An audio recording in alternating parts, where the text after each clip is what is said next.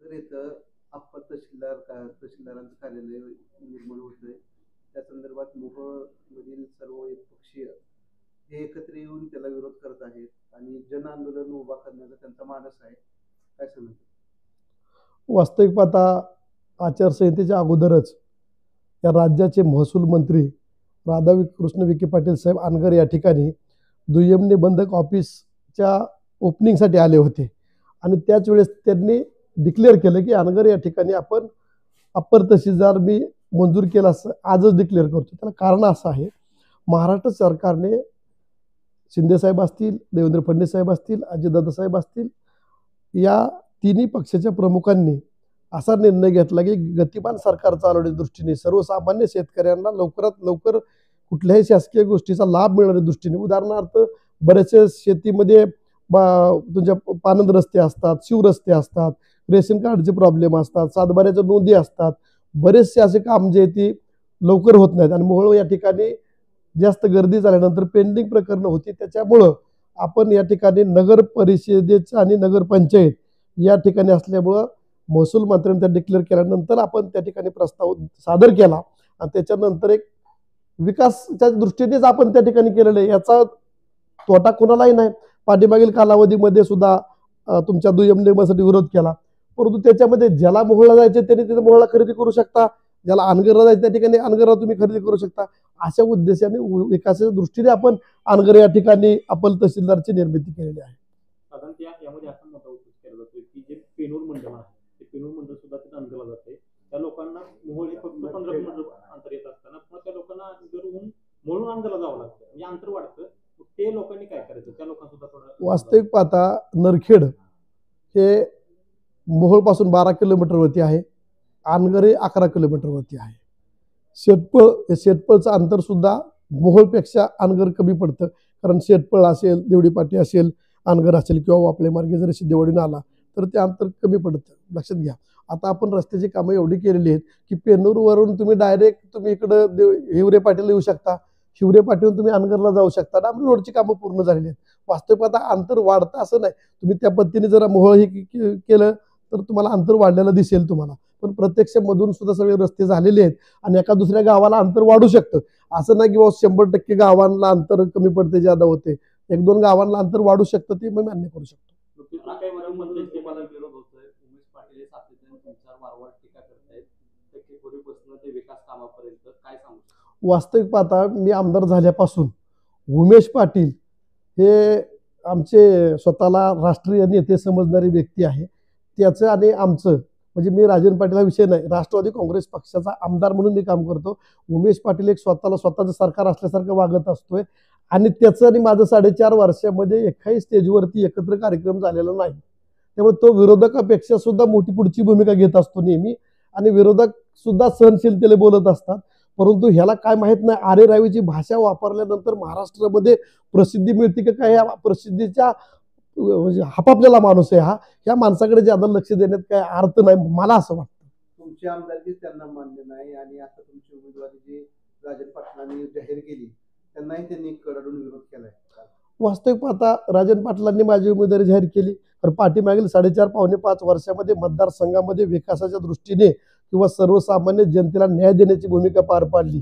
वास्तविक पाहता ह्यांच्यासारख्या नेत्यांना न्याय मिळाला नसेल, कारण हे हवेतील नेते आहेत, हे रूटमधले नेते नाहीत. त्यामुळे त्यांनी प्रत्यक्ष त्यांच्या गावापासून 144-45 गावात जाऊन बघावं की आमदार यशवंत मानेंनी काम कशा पद्धतीने केलेले. अजितदादा पवार साहेबांनी दिलेला निधी ग्रामीण भागापर्यंत पोहोचलाय का नाही त्यांनी बघितलं पाहिजे ना. फक्त मुंबई, पुणे आणि मोहोळ, नरखेड करून विकास दिसणार नाही. त्यांना प्रत्येक या ठिकाणी तुमच्या ओजेवाडीपासून त्यांनी तिकडे हागलूरपर्यंत गेलं पाहिजे. शेटपळपासून तुम्हाला सांगतो तुमच्या त्या शेवटचं गाव तुमचं बिबी दारपळ, मोरवंची या भागापर्यंत तुम्ही पोहोचलं पाहिजे, किंवा लांबोटीला जावा तुम्ही, इकडं गोटेवाडी त्या भागात तुम्ही जावा.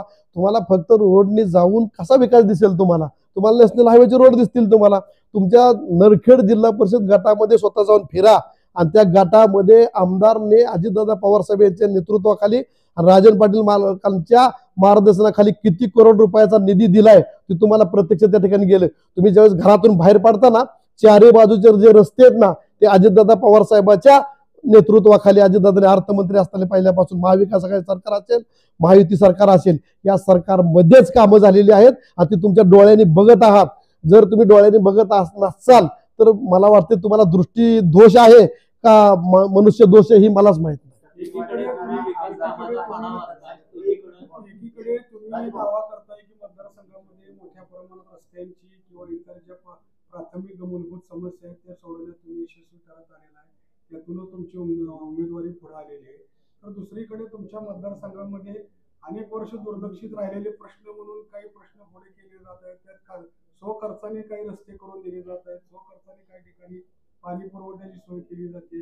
मग हे अपयश आहे का नक्की या पाठीमागे भूमिका? मी आपणाला सांगतो, सर्वात महत्वाची शेतकऱ्याच्या दृष्टीने 1995 साली जी आष्टी उपसा सिंचन योजना, शिरापूर उपसा सिंचन योजना मंजूर झाली, परंतु मी आमदार होईपर्यंतच्या कालावधीमध्ये काही प्रमाणात कामं चालू झाली होती. पण प्रत्यक्ष पाणी शेतकऱ्यांच्या बांधावरती जाण्या इथपर्यंत काम केलं असेल तर अजितदादा पवार साहेब अर्थमंत्री आणि महाविकास आघाडी सरकार झाल्यानंतर पहिल्याच बजेटमध्ये आपल्याला 70 कोटी रुपये मिळाले. प्रत्येक बजेटमध्ये 80-90 असे मी जवळजवळ 600 कोटी रुपयाचा निधी आपण शेतकऱ्यांच्या 2 योजनेसाठी घेतला. आणि तुम्हाला कोण सांगतो, येणाऱ्या मार्च 25 पर्यंत ह्या दोन्ही योजना पूर्ण क्षमतेने होऊन 50,000 एकर क्षेत्र हे शेतकऱ्याचं आपल्या मतदारसंघातील ओलिताखाली येणार आहे. ही सगळ्यात महत्वाची गोष्ट झालेली आहे तुम्हाला सांगतो. त्याच्यानंतर कुरुल ते पंढरपूर हा रस्ता पाठीमागील बऱ्याच वर्षापासून मागणी होती. तुम्हाला सांगतो, डिसेंबरच्या हिवाळी अधिवेशनामध्ये अजितदादा पवार साहेबांनी या रोडला 271 कोटी रुपयाचा निधी मंजूर केला. टेंडरही झाले, अजून वर्क ऑर्डर झालेले नाही.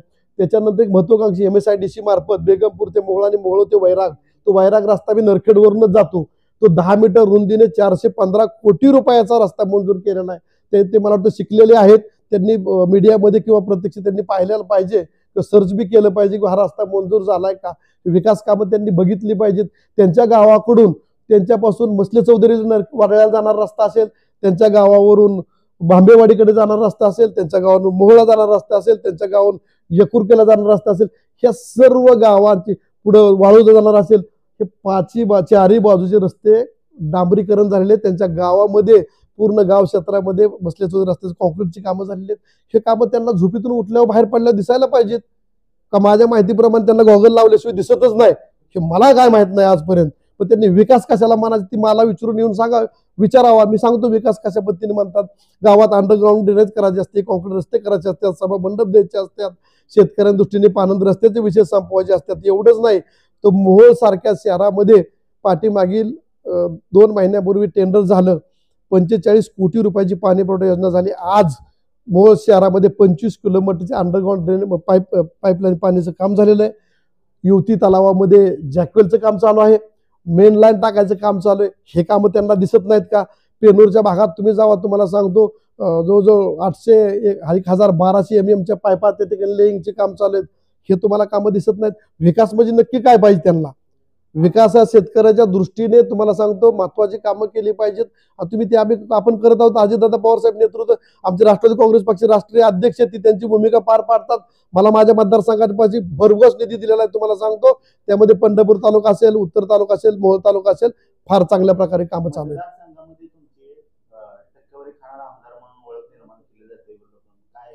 माझ्या माहितीप्रमाणे विरोधक कुणीही टीका करत नाहीत. हा उमेश पाटील जो आहे ना, ह्याच्या डोळ्यामध्ये नेहमी पिवळं दिसत असते. ह्याला आपण म्हणतो ना कावीळ झालेली आहे. ह्याला राष्ट्रवादी काँग्रेस पक्षाच्या नेत्यांच्या विरोधामध्ये बोलण्याची सवय. तुम्हाला सांगतो, एक मुस्लिम समाजाचा असलम चौधरी एक मार्केट कमिटीचा चेअरमन होता, त्याच्या विरोधामध्ये स्थानिक नेत्यांना पटवून हे कसा अपात्र होईल अशा पद्धतीची भूमिका घेऊन मुश्रीफ साहेबांपर्यंत गेलता. मुश्रीफ साहेबांनी सांगितलं मला की उमेश पाटील घेऊन आला होता. म्हणजे आपल्याच कार्यकर्त्यांच्या वरती केसेस लादणारा हा आहे. हा राष्ट्रवादी काँग्रेस पक्षात आहे कसा काय मलाच कळत नाही. तो प्रवक्ता म्हणून काम करतोय, पण मोहोळ मतदारसंघामध्ये तो कुठल्याही प्रकारे राष्ट्रवादी काँग्रेस पक्षाच्या कार्यकर्त्याची भूमिका घेत नाही. त्यांच्या विरोधात त्याची नेहमी भूमिका सातत्याने मांडलेली असते. माझ्या माहितीप्रमाणे तो एवढा मोठा नाही की त्याच्या विरोधात कारवाई करा म्हणून दादांना सांगणे इतपत तो मी तर गृहीत धरत नाही. आणि मी त्याच्या विरोधात कारवाई करा म्हणणं ते योग्य राहणार नाही. आपण एसटी समाजाचे नाही, काही समाजाचे आहेत, या संदर्भातले माझ्याकडे पुरावे असं त्यांनी काल पत्रकार परिषदेत सांगितलं आहे. मी आपल्याला सांगतो, मी कैकाडी समाजाचा, मी कुठं लपवतोय? मी कैकाडी समाजाचा आहे. माझं पूर्वज विदर्भातले चिखली गावचे आहेत. चिखली गावचे तुम्हाला सांगतो सगळे पुरावे मिळालेले आहेत. पाठीमागं त्याचे हितचिंतकांनी बऱ्याच वेळा केसेस टाकले, ती त्याचे निकालही झालेले आहेत. मी माझी जात लपवतच नाही. मी एससीतलाच आहे, मी कैकाडी समाजाचा आहे, त्यामुळे जात माझी क्लिअर आहे, माझा दाखला क्लिअर आहे, त्याच्याबद्दल माझं दुमतच नाही. मी जात चोराचा काय संबंध आहे? पण ती ज्याच्या पाठीशी आहेत त्यांनी जात चोरली ती बघ ना म्हणाव. ज्याच्यासाठी बोलतोय त्यांनी जाती चोरल्या त्याचं बघ ना अगोदर म्हणा. माझी जात तर क्लिअरच आहे, मी कशाला जात चोरू माझी? ते म्हणतायत की राजन पाटलांनी कुणाला विचारून उमेदवार जाहीर केला, पक्षात कुणाला विचारलं नाही आणि हा बोगस उमेदवार आहे असं ते म्हणतायत आणि 1 लाखाच्या मताधिक्याने पडेल. माझ्या माहितीप्रमाणे लाज वाटेल तुमच्याला सांगताना. माझ्या माहितीप्रमाणे राजन पाटील मालकांनी कुणाला विचारलं ही मी तर नाही सांगू शकत, कारण स्टेजवर डिक्लेअर केलं. पण ते मोठे नेते आहेत, माझ्या माहितीप्रमाणे ते जे बोलतात ती वरची पक्षश्रेष्ठी ही त्यांना मान्यता देते किंवा त्यांना विचारून मान्यता घेतली असेल, ह्याच्याबद्दल मी काय बोलू शकत नाही. पण ह्याला विचारून उमेदवार डिक्लेअर करणे इथपर्यंत हा मोठा नेता नाही. ह्याला विचारायची गरज काय? आणि ह्याला जर पसंत पडेल नसेल त्याचा निर्णय घ्यायला तो मोकळा आहे. कारण 4.5 वर्षापासून तो म्हणतोय राजन पाटलाचा आमदार मला पाडायचा, त्याच्या विचाराचा आमदार आणायचा. तुझ्या विचाराचा निर्णय तू घे ना, माझा विचार मी करेल, तुझा विचार तू घे. बोगस उमेदवार आहे म्हणून पण आरोप करतो. आता जनता ठरवती ना 145 गावातली बोगस उमेदवार कोण आहे का, मी आहे का ती आहे ती. फक्त उमेश पाटील नाही तर राजू खरे सुद्धा वारंवार तुमच्यावर टीका टिप्पणी करत आहेत की विकास कामावर. काय वाटतं? मग कसं आहे, त्यांना विचारा ना की बाबा ही जी विकास कामं झालेत हे कोण करत आहे. एखाद्या वस्तीवरती देखा बघा, त्यांच्या पद्धतीने ते काम करतात, त्यांच्यावर टीका करायचा मला काय अधिकार नाही, कारण मी कुणावरही टीका करत नाही. तर खरेंवरती टीका करायचा काय अधिकार नाही. ते त्यांच्या पद्धतीने काम करत आहेत, त्यांनी त्यांच्या पद्धतीने काम करत राहावा. टीका करल्यानंतर जर एखाद्या टीका करून मोठा होत येत असेल तर नक्कीच तुम्ही टीका करावी, पण त्यांच्यावर टीका करून मला मोठं व्हायचं काय कारण नाही. त्यामुळे मी राजू खरेवरती टीका करण्याचा काय संबंध येत नाही. ग्रामपंचायती संदर्भात तुमच्यावर हे झालं की त्यांनी मंजुरी करून आणल्या ग्रामपंचायत तुम्ही आणि राजन पाटील यांनी. तुम्ही मला सांगा एक साधारणतः गलंदवाडी ही ग्रामपंचायत अनगर पट्ट्यातली आहे.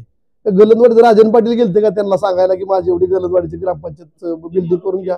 मी तुम्हाला सांगतो ना, हे काही नाही, त्याचा काही संबंध नाही. हे आपण सर्व महायुती सरकारमधून आपण मंजूर केलेले आहेत आणि ते आपलीच काम आहेत. आपण दुसऱ्याचं श्रेय घेत नाही. त्यांना पाहिजे असेल तर ते श्रेय घेऊ शकतात आणि ते मीच केलंय म्हणलं असेल तरी माझी काही हरकत नाही. कारण माझ्याकडे 2500 कोटी रुपयाचा निधी आलाय, 2 कोटी रुपयासाठी मी कशाला श्रेय करू? मग त्यांना पाहिजे असेल त्यांनी श्रेय घेऊन टाकावं. अजून 4-2 कोटी कामाचं घ्यायचं घेऊन टाकावं माझ्याकडून. अजून भरपूर काम आहेत माझ्याकडे. या महायुतीच्या मतभेदामुळे कुठेतरी विरोधकांना फायदा होईल असं मला वाटतं. महायुतीमध्ये मतभेदच नाहीत. भारतीय जनता पक्षाचा कोण माणूस बोललाय तुम्हाला यशवंत मानेने चुकीचं काम केलंय? सांगा तुम्ही मला. मी काय समजतोय, ते घरचा आहेर म्हणण्यापेक्षा या उमेश पाटलांना प्रसिद्धीच्या झोतात राहण्याची सवय आहे. तेवढी सवय त्यांनी करण्यापेक्षा रूटला जाऊन माणसात जर काम केलं तर काय वाईट होईल? त्यांनी सांगून टाकावं या 5 वर्षामध्ये. आता तुम्ही ठीक आहे राजन पाटील यशवंत पाटील तुम्ही या स्वतः की मी या भागातला आहे, माझं रक्त सांडलं हे केलंय. तुझं रक्त नक्की सांडलं कुठं? तू नक्की काम केलं कुठं? तू पाठीमागील 5 वर्षामध्ये ह्या मोहच्या जनतेसाठी काय काम केलं ही पहिलं सांग ना. राजन पाटलांनी काय केलं नाही, यशवंत मानेने काय केलं हे बोलण्यापेक्षा पक्षाला दाखवून द्या, जनतेला दाखवून द्या की उमेश पाटलांनी हे भरीव काम केलं, तर तुम्ही मान्य करचाल ना. मी माझी कामं केलेली मी दाखवून देऊ शकतो. उमेश पाटलांना सांगायचे काय कारण नाही. आणि जो बोगस उमेदवार हे जे म्हणतो ना, बोगस शब्द कशासाठी म्हणतात हे मला माहित नाही. जर 2,500 कोटी रुपयाचा निधी या मतदारसंघात आणून जर पक्षाचं नाव कमवत असेल तर अशा उमेदवाराला बोगस म्हणल्यानंतर त्यांना कुठलं, मला बोगस म्हणल्या 2,500 कोटीवाल्याला, तर त्याला कुठली उपाधी लावली पाहिजे? ते म्हणतात पुरावे कशाचे? असं त्यांचं म्हणणं. नाही पुरावे म्हणजे काम केलेले का न केलेले? नाही बोगस उमेदवार नाही मी तेच सांगतोय तुम्हाला. राजन पाटलांनी उमेदवार डिक्लेअर केली, त्याला मान्यता द्यायचं का नाही ते राष्ट्रवादी काँग्रेस पक्ष समजून जाईल. आणि तुमच्या पोटात दुखत असेल तर तुम्ही तुमचं बघून घ्यावं. आम्ही थोडीच तुम्हाला मागायला आलो की माझी उमेदवारी तू डिक्लेअर कर बाबा म्हणून.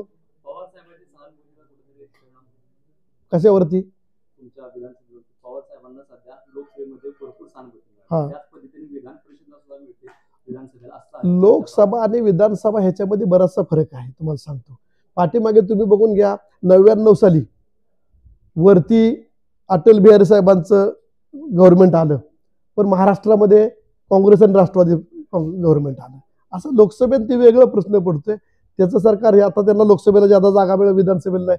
फार चांगल्या प्रकारे अजितदादा पवार साहेबांनी 28 जून रोजी बजेट मांडलं. त्या बजेटमध्ये आपली लाडकी मुख्यमंत्री माझी लाडकी बहीण फार महत्वाकांक्षी योजना या ठिकाणी लावल्या. तुम्हाला सांगतो 2 भगिनी जर आपल्या घरात असतील तर 3,000 रुपये मिळतात. तुम्हाला सांगतो मी ग्रामीण भागातील शेतकऱ्याचा मुलगा आहे. 3,000 रुपयामध्ये महिन्याचं जे भाजीपाला जो आहे ना तो येतो. तुम्हाला सांगतो कुटुंब चांगल्या प्रकारे चालतंय. मुलींना मोफत शिक्षण केले, 8.5 लाख रुपयापर्यंत उत्पन्नावरती ज्याचं आहे त्याला सुद्धा मुलींना शिक्षण मोफत केलेलं आहे. त्याच्यानंतर तुम्हाला सांगतो 3 गॅस आपण देतोय, पिंकी रिक्षा सुद्धा काढलेले, आणि सर्वात महत्त्वाचं शेतकऱ्याच्या दृष्टीने लाईट बिल माफ केलेलं आहे. आणि पुढील येणाऱ्या कालावधीमध्ये 7.5 HP पर्यंत कुठल्याही प्रकारची तुम्हाला बिल येणार नाही. आणि सोलापूर कोल्हापूर प्राधान्याने घेऊन आपल्याला सौर ऊर्जेवरचे जे पंप मिळणार 10% रक्कमेमध्ये मिळणार आहे. तुम्ही सांगा 2 लाखाचा पंप 20,000 रुपयामध्ये आपल्याला मिळणार आहे, पंपासहित मिळणार आहे. ह्याच्यापेक्षा महत्वाच्या योजना काय असतात? आणि ही योजना घेऊन आपण समोर चाललेलो आहे. त्यामुळे येणाऱ्या कालावधीमध्ये महायुती सरकार चांगल्या जागा घेऊन पुन्हा या ठिकाणी तुम्हाला सरकार स्थापन झालेलं दिसेल. मोहोळ तालुक्यात आपण कोट्यवधी रुपयाचा निधी आणला असं म्हणताय. आता राजू खरे जे तुमचे प्रतिस्पर्धी असतील त्यांची उमेदवारी जर विधानसभेला आली फायदेशीर ठरेल असं वाटतं? फायदा तोटा हा जनता ठरवणार आहे. नाही, फायदा तोटा हा जनता ठरवणार आहे. मी तुम्हाला आज सांगतो, मी पाठीमागे नौका उमेदवार असताना सुद्धा मला 22,000 मध्ये 21,699 मतांनी निवडून दिलं. आता मी 5.5 वर्ष प्रत्येक गावात जाऊन वाड्या वस्त्यावर जाऊन काम करण्याचा प्रयत्न करतोय. मला सहानुभूती फार मोठ्या प्रमाणावरती आहे कामाची, आणि ती नक्कीच येणाऱ्या कालावधीमध्ये सर्व सुज्ञ मतदार ते दाखवून देतील. खरे साहेब त्यांच्या पसंतीला पडले तर त्यांना मतदान होईल. माझं काम पसंत पडलं किंवा माझा जे बी आहे दररोजचा दिनक्रम त्यांना आवडला ते नक्की मला पसंत करतील. शासकीय मंजुरीची वाट न बघता थेट पदरमोड करून स्वखर्चाने स्वतःच्या पदरमोड करून लाखो रुपयाचे कामं करत आहेत मतदारसंघात. त्यामुळे जरा एक वेगळी भावना निर्माण होती की अशा पद्धतीनं स्वखर्च करणारा आपला लोकप्रतिनिधी पाहिजे म्हणून काही जण व्यक्त होत आहेत. काय वाटतं? मी आपल्याला सांगतो, मी तुमचा आणि राज्य सरकारचा एक दुवा आहे. राज्य सरकारच्या योजना तुमच्या घरापर्यंत पोहोचवण्याच्या दृष्टीने मी काम करत आहे. मी एक सर्वसामान्य कुटुंबातील मुलगा आहे. माझी एवढी ऐपत नाही की मी खाजगी पद्धतीने रस्ते करेल, मुरुम टाकेल, पाणी पुरवठा करून देईल, शासनाच्या योजना जास्तीत जास्त आणेल. आता ते कुठला व्यवसाय करतात ते मला माहीत नाही. आणि 10 गाड्या टाकल्या, 10 गाड्यावर तुमचा मीडियाचा एक जण कॅमेरावाला पाठीमागे जातोय, एक टँकर गेला त्याचा पाठीमागे कॅमेरावाला जातोय. मग आता मला माहित नाही की टँकरच्या मागे कॅमेरावाला जातोय का कॅमेरावाल्याला पुढे पाठवून दिलेलं असतं. या मला कुठल्याही प्रकारची प्रसिद्धी नाही. तुम्हाला पाठीमागे सांगतो 6 महिन्यामध्ये मी कुठेही उद्घाटन भूमिपूजन केलं नाही. 5-5, 10-10 कोटीची कामं डायरेक्ट अशी कामं चालू करून टाकलेली आहेत की मला प्रसिद्धीच्या पोटी जायचं नाही. कारण सर्व जनतेला माहित आहे की बाबा कामं कोण करतंय. अजितदादा पवार साहेबांच्या नेतृत्वाखाली आपला राष्ट्रवादी काँग्रेस पक्षाचा आमदार काम करतोय. मला सांगायचीच गरज नाही मी काम केलंय. तुम्हाला खोटं सांगत नाही. आजपासून दिवसभर नारळ फोडलं तरी मी आचारसंहिता लागूच तर नारळ फोडू शकत नाही. एक गावामध्ये 60 कामांचे नारळ माझी बॅलन्स आहेत, म्हणजे फोडतच नाही. हो, सगळ्या गावाला माहिती आहे. मी सांगतो सरपंच तुम्ही फोडून टाका, कार्यकर्ते कोण आहे त्या ठेकेदाराला घ्या, काम चालू करून टाका, फोडून टाका. मला प्रसिद्धी करायची असेल तर तुम्हाला सगळ्याला कॅमेराला घेऊन गेलो असतो की 4 बाजूने 4 कॅमेरा चालतोय कसा, बघतोय कसा, सगळ्या गोष्टी करत करत घेऊन गेलो असतो. वास्तविक पाठात सगळे तुम्ही उमेश पाटलाला विचारलं पाहिजे, तू पाठीमागील 5 वर्षात नक्की काय काम केलं, ती जिल्हा परिषद मधून काय काम केलं, कसं काम केलं, नरखेडच्या पाणी पुरवठा योजनेमध्ये कॉन्ट्रॅक्टरकडून किती टक्के पैसे घेतले. तो कॉन्ट्रॅक्टर बारामतीचाच आहे. मला येणाऱ्या गोष्टीत तुम्हाला कळून येऊन दिला असं काही विषय नाही. परंतु जी टक्केवारी वगैरे जी असते ना, तुम्ही बाहेर हॉलमध्ये 50-100 माणसं आहेत त्यांना जाऊन विचारा, आमदार यशवंत माने टक्केवारी घेतो का शेतकऱ्याला मदत करतो. खिशातले पैसे काढून मी देणारा, मी ठेकेदाराला पैसे देतो 10-5 रुपये कंपनीत घे, पण तेवढं काम करून घे. तेवढं माझ्या आईबापांनी करून ठेवलेलं आहे. मला मूळ मतदारसंघामध्ये टक्केवारीची गोष्ट नाही. आणि एकही कार्यकर्ते येऊन सांगावं की आमदार यशवंत माने 2 रुपये घेतलेत आणि त्या उमेश पाटलाला कशी झोप लागते ती मला माहित नाही. अहो, त्यांनी त्याच्या वागण्यामुळे त्याची बायकोची सुद्धा निलंबन होण्याची वेळ आली. त्या ठिकाणी निलंबित व्हावं लागलं. बायको तहसीलदार आणि कलेक्शन करायला हा होता, आम्हाला माहित नाही का? ह्याच्या वागण्यामुळे ते चांगल्या माऊलीला त्रास झाला. आणि तुम्ही स्वतः दुसऱ्यावर टक्केवारीची भाषा करता. तुम्ही तुम्ही आमचा महाराष्ट्राचा युवकांचा अध्यक्ष होता. तुमचं वागणं त्यावेळेसपासून आम्हाला माहिती आहे. तुम्ही कुठल्या लायकीचे आहात, तुम्ही कुठल्या पद्धतीचे आहात. अजितदादा पवार साहेबांनी एक असली 4 बोलायला ठेवलेला असं तुम्हाला वाटून घेऊ नका. ते कधी हाकलून देतील ते कळणार नाहीत तुम्हाला बारामतीवाली. ही पद्धत तुमची बंद झाली आता. कारण आम्ही ऐकून घेतो म्हणजे तुम्हाला वाटतं का तुम्ही खरंच बोलता. तुम्ही पक्ष वाढवण्यापेक्षा पक्ष मातीत घालण्याचं काम तुम्ही करत आहात. यांनी पूर्ण महाराष्ट्राला तुम्ही दिसतं की तुम्ही ज्या त्वशाने रबाबात बोलता, तुम्ही जॅकेट घातल्यानंतरच फार चांगलं पद्धत म्हणतात असं विषय नाही. कारण आमच्या अंगाला माती लागली असते, कारण आम्ही शेतकऱ्याच्या बांधावर गेलेलो असतोय. तुम्ही गाडीतनं उतरून बाईक पुढे जायचं तेवढं तुम्हाला काम लागलेलं आहे. येणाऱ्या कालावधीमध्ये तुम्ही नीट जपून बोला. येणाऱ्या गोष्टी सुद्धा तुम्हाला भरपूर आम्हाला बोलता येतात. मीही काय तुम्हाला सांगतो पंजाबवरून आलेलो नाही. मी याच ठिकाणी आहे. येणाऱ्या कालावधीत तुमची माझी भेट होत राहतील, सामना होत राहील, विचाराने बी होत राहील आणि कुठल्या गोष्टींनी पाहिजे त्या गोष्टींनी होत राहील हे तुम्हाला मी बी माध्यमातून सांगतो. कारण तुमच्या काय गोष्टी माध्यमातून मी ऐकलेल्या आहेत, येणाऱ्या कालावधीत तुम्हाला दाखवून देईल. आमदार कार्य म्हणजे कामाचा आहे नाही कामाचा बोगस आहे ते बघून घेऊ. येणाऱ्या काळात तुला काय करायचं तू करत राहा, मी माझ्या पद्धतीने मी काम करत राहतो.